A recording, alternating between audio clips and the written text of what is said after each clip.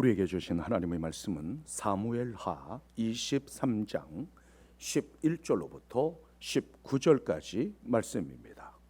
사무엘하 23장 11절로부터 19절까지 말씀입니다.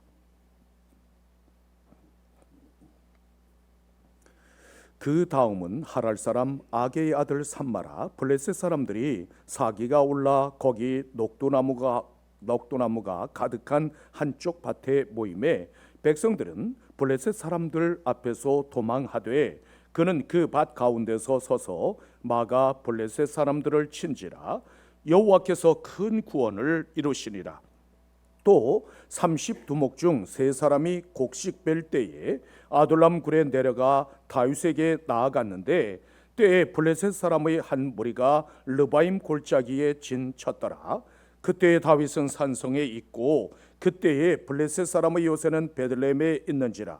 다윗이 소원하여 이르되 베들레헴 성문 곁 우물물을 누가 내게 마시게 할까 하매 세 용사가 블레셋 사람의 진영을 돌파하고 지나가서 베들레헴 성문 곁 우물물을 길어 가지고 다윗에게로 왔으나 다윗이 마시기를 기뻐하지 아니하고 그 물을 여호와께 부어드리며 이르되 여호와여 내가 나를 위하여 결단코 이런 일을 하지 아니하리이다.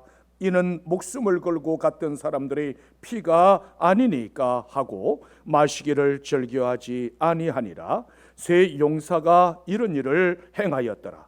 또 스루야의 아들 요압의 아우 아비새이니 그는 그 세 사람의 우두머리라. 그가 그의 창을 들어 300명을 죽이고 세 사람 중에 이름을 얻었으니 그는 세 사람 중에 가장 존귀한 자가 아니냐. 그가 그들의 우두머리가 되었으나 그러나 첫 세 사람에게는 미치지 못하였더라. 오늘 우리에게 주신 하나님의 말씀입니다. 누가 주를 따라 섬기려는가? 누가 죄를 떠나 주만 따를까? 누가 주를 섬겨 남을 구할까? 누가 주의 뒤를 따라가려나? 부르심을 받아 주의 은혜로 주를 따라가네 주만 따르네. 프랜시스 헤브갈이 지은 찬송시입니다. 그녀는 병약한 몸 때문에 교육의 기회를 놓쳤지만 문학에 뛰어난 재능을 보였습니다.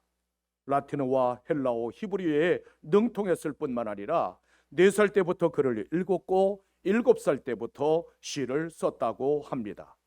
시편과 이사야 그리고 대부분의 신약 성경을 암송할 정도로 하나님의 말씀을 사모하며 살았습니다. 생애의 거의 절반은 병중에 있었지만 불평하지 않고 주님께 자신을 바치는 삶을 살았습니다. 오직 하나님만 찬양하기로 작정한 헤브갈은 풍부한 감성과 영성으로 주옥 같은 찬송시를 남겼습니다. 어느 날 성경을 읽던 중에 놀라운 사실을 깨달았습니다. 다윗이 사울 왕에게 쫓겨 도망 다닐 때 많은 용사들이 그의 편에 섰다는 사실을 알게 되었습니다. 그들은 다윗이 쫓기는 신세였기에 함께 도망자가 되어야만 했으며 전혀 앞을 예측할 수 없었습니다. 더구나 사울 왕의 군사들에게 잡히면 생명을 잃을 수밖에 없었지만 그럼에도 불구하고 다윗과 생사구락을 함께 했습니다. 헤브갈은 이 말씀을 읽다가 큰 영감을 얻었습니다. 주님께서 악한 사탄의 세력과 싸울 때 과연 누가 주님의 편에 설 것인가? 이 질문에 대한 응답으로 이 찬송시를 썼다고 합니다. 모든 그리스도인들은 한결같이 하나님께 사랑받기를 원합니다. 그러나 존귀하게 여김을 받고 큰 사랑을 받기 원한다면 그리스도를 따르는 자가 되어야만 합니다.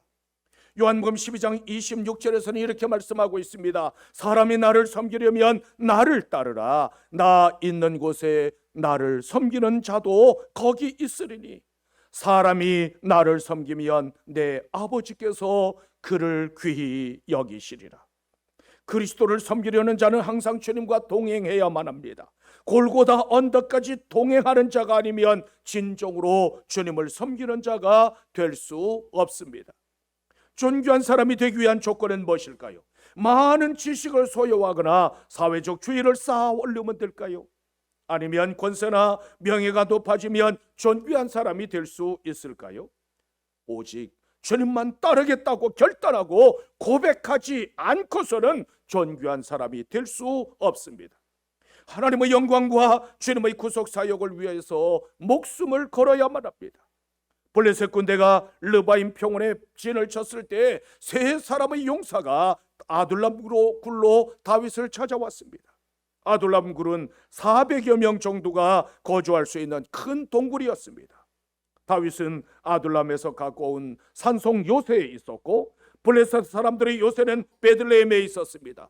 아둘람 요새에 있던 다윗이 블레셋 손에 넘어가 있는 고향 땅을 바라보며 이렇게 말했습니다. 베들레헴 성벽 곁에 있는 우물물을 누가 내게 마시게 할까? 물을 떠오라오는 명령이 아니라 자기가 나고 자란 고향을 사모하며 아무 생각 없이 내뱉은 말이었습니다.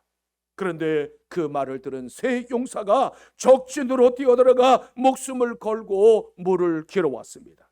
당시 베들레헴은 요새화되어 있었고 블레셋의 군대 총사령부가 있었기 때문에 경비가 매우 삼엄했습니다. 그런 적진을 뚫고 들어간다는 것은 무모하고 위험천만한 일이었습니다. 따라서 세 용사들은 물 한 모금을 떠오기 위해서 그들의 목숨을 걸어야만 했습니다. 그들의 행동은 그 위험성 여부를 떠나 참으로 아름답고 놀라운 헌신이요 충성심의 발로였습니다. 그처럼 다윗에게 충성할 수 있었던 것은 어떻게 하면 주인의 마음을 기쁘시게 할 것인가를 늘 생각했기 때문입니다. 다윗의 용사들은 혼잣말까지 세밀히 듣고 그 마음을 헤아리는 사람들이었습니다. 우리는 이러한 사건을 통해서 섬기는 자세를 배워야만 합니다. 항상 하나님의 세미한 음성을 듣고자 힘써야 하며 그분의 마음을 기쁘시게 할 수 있어야만 합니다. 고린도전서 4장 1절로부터 2절에서는 이렇게 말씀하고 있습니다. 사람이 마땅히 우리를 그리스도의 일꾼이요 하나님의 비밀을 맡은 자로 여길지어다. 그리고 맡은 자들에게 구할 것은 충성이니라. 그리스도의 일꾼이자 하나님의 비밀을 맡아 섬기는 자에게 가장 먼저 요구되어지는 것은 충성이라는 말씀입니다. 하나님께서 부르시고 일을 맡기시면 주저 없이 최선을 다해야만 합니다. 그것이 곧 충성이며 하나님 일꾼으로서의 합당한 자세입니다. 아무리 작은 일이라 할지라도 즐거운 마음으로 할 수 있어야만 합니다. 이 세상의 모든 사람들은 영광을 추구합니다. 그러나 우리 주님께서 다시 오시는 그날에 우리 주님과 함께 하나님 보좌에 앉을 수 있는 사람들은 많지 않을 것입니다. 주님과 함께 다스리려면 주님을 향한 사랑으로 뜨거워져야만 합니다. 주님을 향한 사랑과 충성으로 존귀한 사람으로 세움을 받을 수 있는 여러분들이 되시기를 주님의 이름으로 축원합니다. 우리는 왜 주님만 섬기고 따라야 할까요? 주님은 우리의 대장이시며 큰 구원을 이루시는 분이시기 때문입니다. 본문 12절에서는 이렇게 말씀하고 있습니다. 그는 그 밭 가운데 서서 마가 블레셋 사람들을 친지라. 여호와께서 큰 구원을 이루시니라. 산마는 자기 목숨을 아끼지 않고 블레셋과 맞서 싸움으로 전쟁에서 승리할 수 있었습니다. 이처럼 우리를 위하여 대신 맞서 싸워주시고 책임져 주시는 분이 계십니다. 그분은 우리의 대장이신 예수 그리스도이십니다. 주님께서는 십자가의 죽음과 부활을 통해서 죄와 사망의 권세를 이기셨습니다. 주님은 우리가 비록 연약하여 실족하거나 넘어질지라도 외면하지 않고 구원을 베풀어 주십니다. 대적들의 공격을 이겨내지 못하고 허둥대고 있을 때 피할 길을 열어주시고 보호하시는 분이십니다. 그러므로 그분을 온전히 믿고 의지하면 인생 최고의 놀라운 사건이 일어납니다. 우리가 예수 그리스도를 만나면 큰 구원의 역사가 일어나고 변하여 새 사람이 됩니다. 사단의 종이 변하여 하나님의 자녀가 되고 추악한 죄인이 변하여 존귀한 하나님의 사람, 의인이 됩니다. 무능하고 연약한 인간이 변하여 권능의 사람이 되고 곤궁한 삶이 변하여 풍요로운 삶이 됩니다. 이것이 예수 그리스도를 만나고 믿고 따라야 하는 이유입니다. 주님께서는 우리를 구원하시기 위하여서 생명을 내어주셨습니다. 이제는 하나님의 영광과 주님의 구속 사역을 위해서 우리가 목숨을 걸어야 할 때입니다. 다윗은 참으로 파란만장한 삶을 살았던 사람입니다. 젊은 날의 대부분은 도망자로 살아야만 했고 이후로도 고단하고 피곤한 삶을 살았습니다. 그러나 그토록 곤고한 삶 속에서도 놀라운 은혜와 하나님의 축복이 있었습니다. 다윗은 주님을 만난 후에 나의 소망은 오직 주께 있나이다라고 고백했습니다. 이 고백이 있었기 때문에 다윗을 만나리 내 마음에 합한 자라고 하는 칭찬을 얻었을 뿐만 아니라 이스라엘의 주권자가 될 수 있었습니다. 사람은 어떤 기회를 만나고 어떤 사람을 만나느냐에 따라서 삶의 내용과 질이 달라집니다. 오직 주님을 섬기고 따름으로 존귀한 삶을 살아갈 수 있는 여러분들이 되시기를 주님의 이름으로 축원합니다. 어떻게 하면 우리도 존귀한 사람, 하나님의 사람이 될 수 있을까요? 먼저 우리는 생명의 샘물을 마셔야 합니다. 본문 15절에서는 이렇게 말씀하고 있습니다. 다윗이 소원하여 이르되 베들레헴 성문 곁 우물물을 누가 내게 마시게 할까 하니라. 소원한다고 하는 말은 열망한다, 갈망한다는 뜻으로 간절히 바라고 원하는 마음을 의미합니다. 다윗은 베들레헴 성문 곁에 있는 우물물을 마시기를 소원했습니다. 베들레헴 주변에 있는 샘물은 매우 시원하고 수질이 좋았습니다. 그곳에서 나고 자란 다윗은 고향의 샘물이 매우 그리웠을 것입니다. 물론 다윗이 샘물을 그리워한 것은 단순히 그 물을 마시기 원해서가 아니었습니다. 베들레헴을 속히 원수들의 손에서 되찾고 싶은 간절한 마음의 소원이기도 했습니다. 우리도 다윗처럼 하나님의 나라를 앞에 두고 사단의 세력과 영적인 싸움을 하고 있습니다. 우리가 살아가는 이 세상은 다윗이 진을 쳤던 광야와 같은 곳입니다. 척박하고 험난한 세상에서 나는 물은 아무리 좋은 물이라 할지라도 마셔도 다시 가랄 수밖에 없습니다. 그렇다면 우리는 어떤 샘물을 마셔야 할까요? 어떤 샘물을 마시면 우리 영혼이 시원해질 수 있을까요? 영혼의 갈증은 오직 예수 그리스도께서 주시는 생명의 샘물을 마셔야만 해결할 수 있습니다. 요한복음 4장 13절로부터 14절에서는 이렇게 말씀하고 있습니다. 예수께서 대답하여 이르시되 이 물을 마시는 자마다 다시 목마르려니와 내가 주는 물을 마시는 자는 영원히 목마르지 아니하리니 내가 주는 물은 그 속에서 영생하도록 솟아나는 샘물이 되리라. 우리가 진정으로 사모해야 할 샘물은 우리 주님께서 주시는 생명의 샘물입니다. 생명의 샘물말이 우리의 영혼의 기갈을 해소시켜 줄 수 있습니다. 영혼의 갈증은 돈이나 지식이나 권력이나 명예 등으로는 결코 채워질 수 없습니다. 아무리 좋은 옷을 입고 아무리 좋은 집에서 좋은 음식을 먹을지라도 해결되지 않습니다. 그러므로 이 세상이나 이 세상에 있는 것들을 사랑하거나 탐내지 마십시오. 세상의 것들을 사모하고 사랑하면 결국 멸망으로 다름질하게 됩니다. 오직 예수 그리스도만이 영혼의 갈증을 해결하실 수 있음을 믿고 나아가 그분을 의지하십시오. 주님께서 주시는 생명의 샘물을 마시는 자는 영원히 목마르지 않습니다. 생명의 떡이신 예수 그리스도께와 그리스도께서 나와 함께 하시면 평안과 기쁨이 샘솟듯이 넘쳐 흐르게 되고 소망이 넘치게 됩니다. 따라서 주님께서 주시는 생명의 샘물을 마시고 사모해야만 합니다. 주님께서는 누구든지 내게로 와서 마시라고 말씀하셨습니다. 아울러 나를 믿는 자는 성경의 이름과 같이 그 배에서 생수의 강이 흘러나리라고 말씀하셨습니다. 누구든지 예수 그리스도를 나의 주요 그리스도라고 고백하는 자에게 속에서부터 생수의 강이 흘러 넘쳐나게 하신다는 말씀입니다. 육신의 목마름은 물을 마시면 해소되지만 영적 목마름은 생명의 샘물을 마셔야만 해소될 수 있습니다. 그러므로 우리는 믿음을 가지고 하나님 앞에 나아가야만 합니다. 우리 믿음의 선진들은 고난과 배고픔과 목마름까지 참아가면서 믿음을 지켰습니다. 그 이유는 주님께서 십자가를 통해서 주신 생명의 샘물을 마셨기 때문입니다. 이처럼 주님께서 주시는 생명의 샘물을 마심으로 존귀한 사람으로 세움을 입을 수 있는 여러분들이 되시기를 주님의 이름으로 축원합니다. 또한 우리는 목숨을 걸고 충성할 수 있어야 합니다. 본문 16절에서는 이렇게 말씀하고 있습니다. 세 용사가 블레셋 사람의 진영을 돌파하고 지나가서 베들레헴 성문 곁 우물물을 길어가지고 다윗에게로 왔으나 다윗이 마시기를 기뻐하지 아니하고 그 물을 여호와께 부어 드리니라. 베들레헴 성문 곁 우물물을 누가 내게 마시게 할까? 다윗의 혼잣말을 들은 세 용사는 주저하지 않고 적진 한복판으로 뛰어들었습니다.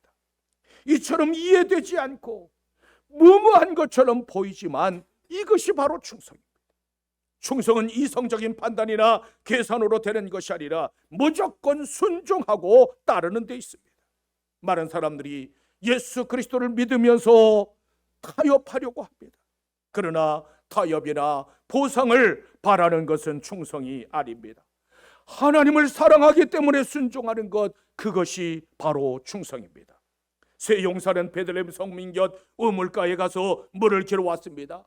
그들이 들고 온 그 물 한 잔은 단순한 물 한 잔이 아니라 그들의 생명을 담아온 핏물잔이었습니다.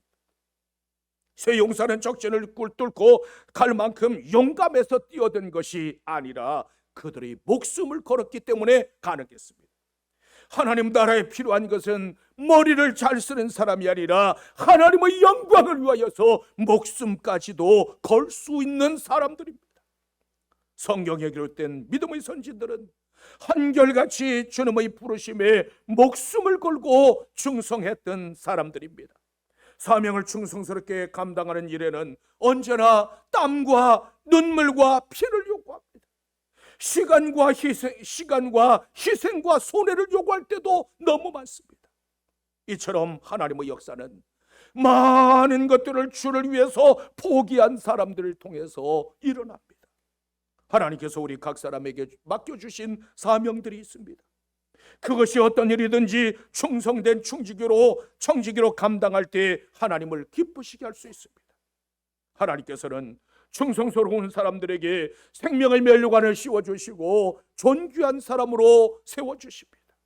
세상은 악하지만 자기가 맡은 일에 충성하는 자는 언제든지 인정받고 존귀하게 여김을 받게 됩니다. 그날 다윗에게 충성했던 아비새는 그 세 사람 중에 우두머리가 되어 그들 중 가장 존귀한 자로 여김을 받았다고 성경은 기록하고 있습니다. 브라야는 다윗의 시위대장, 즉 경호실장에 올랐습니다. 사람에게 충성해도 이처럼 큰 영광과 상급이 있습니다. 하물며 만왕의 왕이신 그리스도께 충성하는 사람들이 누릴 상급은 말해서 못하겠습니까? 지금도 주님께서는 우리의 행위에 맞는 상급을 예비해놓고 계십니다. 주님께 충성하는 사람들에게는 좋은 것으로 풍족하게 하시고 마음의 소원을 이루어 주십니다. 그러므로 기회를 주실 때 맡겨주신 사명을 잘 감당하는 여러분들이 되십시오. 지금도 하나님께서는 맡겨주신 사명에 힘쓰는 자들을 찾고 계신다는 사실을 잊지 마십시오. 마태복음 25장 21절에서는 이렇게 말씀하고 있습니다. 그 주인이 이르되 잘하였도다 착하고 충성된 종아, 내가 적은 일에 충성하였음에 내가 많은 것을 내게 맡기리니 내 주인의 즐거움에 참여할지어다. 하나님께 받은 은사의 종류나 크기는 다 다를 수 있지만 하나님께서 주시는 상급은 동일하다고 하는 사실을 알려주고 있습니다. 특히 우리가 기억해야 할 것은 많이 받은 자에게는 많은 차 주시고 많이 맡은 자에게는 많이 달라고 요구하신다는 사실입니다. 중요한 것은 은사의 종류나 크기가 아니라 바로 충성에 있습니다. 아무리 훌륭하고 아무리 큰 은사를 받았다 손치더라도 충성하지 아니하면 악하고 게으른 종이라고 책망을 멸할 수 없습니다. 반면에 아무리 보잘것없고 아무리 작은 은사라 할지라도 그 일에 충성하면 잘하였도다 착하고 충성된 종아, 칭찬받고 하나님의 영광에 참여하게 됩니다. 그러므로 내가 받은 은사가 크다고 자랑하거나 교만하지 마십시오. 아울러 내가 받은 은사가 너무 작다고 실망하거나 낙심하지도 마십시오. 오직 충성함으로 존귀한 사람으로 여김을 받을 수 있는 여러분들이 되시기를 주님의 이름으로 축원합니다. 또한 우리는 잘못을 인정하고 회개할 수 있어야 합니다. 본문 17절에서는 이렇게 말씀하고 있습니다. 이르되 여호와여, 내가 나를 위하여 결단코 이런 일을 하지 아니하리이다. 이는 목숨을 걸고 갔던 사람들의 피가 아니니까 하고 마시기를 즐겨하지 아니하리라. 새 용사가 이런 일을 행하였더라. 생각 없이 툭 내뱉은 말 한마디 때문에 충성스러운 신하 세 사람의 목숨을 잃을 뻔했습니다. 그것을 두고 다윗은 하나님 앞에 깊이 회개하며 고백했습니다. 다윗은 세 용사가 목숨을 걸고 달려나가 베들레헴 성문 곁에 샘물을 기르고자 마음의 찔림을 받았습니다. 다윗은 세 사람이 기르온 그 물이 그들의 목숨과 맞바꾼 핏물임을 잘 알고 있었습니다. 따라서 그 물을 자신이 맞으시 아니하고 하나님 앞에 부어드리며 여호와여, 내가 결단코 이런 일을 하지 아니하리이다 라고 참여하며 간구했습니다. 다윗은 소중한 샘물을 자신의 욕망을 제구해 마시지 않고 하나님께 제물로 부었습니다. 신하들의 목숨을 담보로 자신의 욕망을 채우려고 했던 행동에 대한 회개와 헌신의 의미가 담겨 있습니다. 이러한 모습은 부하들에게 깊은 감동을 주었고 하나님을 기쁘시게 했습니다. 잘못이 있을 때 인정하는 것은 쉬운 일이 아닙니다. 하물며 일국의 왕이 된 자가 신하들 앞에서 자신의 잘못을 인정한다는 것은 결코 쉬운 일이 아닙니다. 그러나 하나님의 사람 다윗은 자기의 자그마한 실수도 온전히 인정할 줄 아는 사람이었습니다. 자신의 실수를 인정했다고 왕의 권위가 실추되었을까요? 오히려 그 일로 말미암아 신하들로부터 더욱더 존경을 받았고 사랑을 받게 되었을 것입니다. 이처럼 우리도 잘못이 있다면 겸손히 인정할 줄 아는 사람이 되어야만 합니다. 다윗도 연약한 사람인지라 완전하지 못했고 또한 그도 역시 허물이 많은 사람이었습니다. 그럼에도 불구하고 성경은 다윗을 가리켜 의인의 표상이라고 말씀하고 있습니다. 아울러 인류 최고의 선물인 그리스도를 다윗의 자손에서 나게 하셨습니다. 하나님께서는 우리의 행위가 완전할 수 없음을 잘 알고 계십니다. 죄로 말미암아 얼마든지 실수할 수 있고 범죄에 빠질 수 있다는 사실도 알고 계십니다. 하나님께서 우리에게 요구하시는 것은 완전한 행위가 아니라 완전한 회개라고 하는 사실을 잊지 마십시오. 사람은 누구나 말을 내뱉기는 쉬워도 그 말을 실천하는 것은 쉬운 일이 아닙니다. 어느 사회나 자신이 한 말에 책임을 질 줄 모를 때 그 사회는 부패하게 되고 결국 파멸에 이르게 됩니다. 요즘 우리는 온통 뒤죽박죽인 세상을 살아가고 있습니다. 하지만 그리스도인들은 말과 행위로 말미암아 비록 나에게 손해가 됐나 손치더라도 책임을 질 수 있는 신실한 사람들이 되어야만 합니다. 새 용사가 떠온 물통에 담긴 물은 단순한 물이 아니라 용사들의 피요 용사들의 생명이었습니다. 다윗은 그 생명이 담긴 물을 하나님의 제단에 부었습니다. 이것이 하나님의 마음을 기쁘시게 했습니다. 여러분들의 삶에 기적이 일어나기를 원하십니까? 여러분들의 삶에 하나님의 은총과 축복이 임하시기를 원하십니까? 그렇다면 생명의 잔을 하나님 앞에 부어드릴 수 있는 예배자들이 되십시오. 아무리 작은 잘못이라 할지라도 철저하게 주 앞에 나아가 회개할 줄 아는 하나님의 사람들이 되십시오. 자신의 잘못을 인정하고 하나님 앞에 생명의 잔을 부어드림으로 존귀한 하나님의 사람들이 되시기를 주님의 이름으로 축원합니다. 런던 캔터베리 교회에 니콜라이라고 하는 집사가 있었습니다. 17살 때부터 관리 집사가 되어 청소와 심부름과 같은 잡다한 일을 했습니다. 그리고 그는 날마다 5분 동안 종치는 일을 했습니다. 얼마나 정확하게 종을 쳤든지 런던 시민들이 그 종소리에 시계를 맞추었다고 하는 일화가 전해집니다. 신앙으로 양육된 그의 두 아들은 옥스퍼드와 캠브리지 대학의 교수가 되었습니다. 그 두 아들들이 이렇게 그랬습니다. 아버지, 이제 그 일을 그만두세요. 아니야, 나는 내 생명이 끝나는 그날까지 이 일을 해야만 해. 그가 75세로 죽을 때까지 58년 동안 하루도 빠짐없이 종을 쳤습니다. 세상을 떠날 때 가족들이 임종을 보려고 모였는데 종을 칠 시간이 되자 갑자기 자리에서 일어났습니다. 비틀거리는 걸음으로 종탑 아래로 가서 2분 동안 종을 치다가 쓰러져 숨을 거두었다고 합니다. 그는 죽도록 충성한 사람입니다. 엘리자베스 여왕이 그 소식을 듣고 왕실 묘지에 안장하도록 지시했고, 그의 장례식 날 런던의 대부분 상점들이 문을 닫았습니다. 그는 죽기까지 충성함으로 성자의 칭호를 받았고 귀족처럼 대우받는 존귀한 사람이 되었습니다. 우리는 주님의 복음을 위해서 충성스러운 용사들이 되어야만 합니다. 주님께서 원하시는 존귀한 사람의 요건은 무엇일까요?